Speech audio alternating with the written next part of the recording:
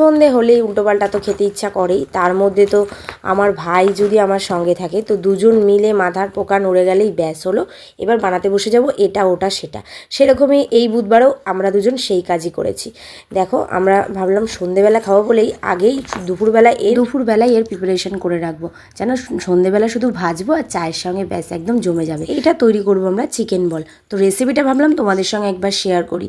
তো দেখো আমরা কিন্তু কিছুটা বোনলেস চিকেন নিয়েছি, তার মধ্যে রসুন, আদা, কাঁচা লঙ্কা দিয়ে ওটাকে আমরা পেস্ট করে নিলাম।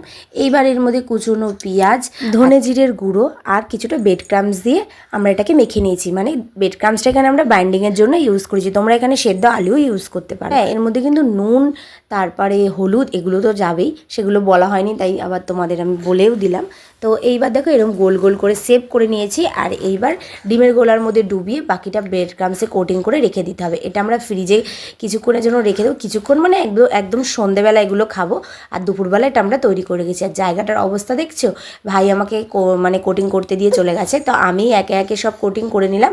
এইবার এগুলো রেখে দেবো হচ্ছে ফ্রিজে। এটা কিন্তু তোমরা চিজ বলও করতে পারো, মানে এর ভেতরে চিজ দিলেই এটা চিজ বল হয়ে যাবে। আমাদের কাছে চিজ ছিল না তাই চিজ আমরা দিইনি, নর্মাল একদম চিকেন বলই তৈরি করেছি। দেখো সন্ধে হয়ে গেছে, এখন পালা এগুলোর খাওয়া, তাই আমরা বের করে নিয়ে চলে এসেছি। ওদিকে কিন্তু মানে কড়াইও বসিয়ে দিয়েছি, গরম তেলও দিয়ে দিয়েছি, তার মানে তেল দিয়ে দিয়েছি ওগুলো গরম করতে।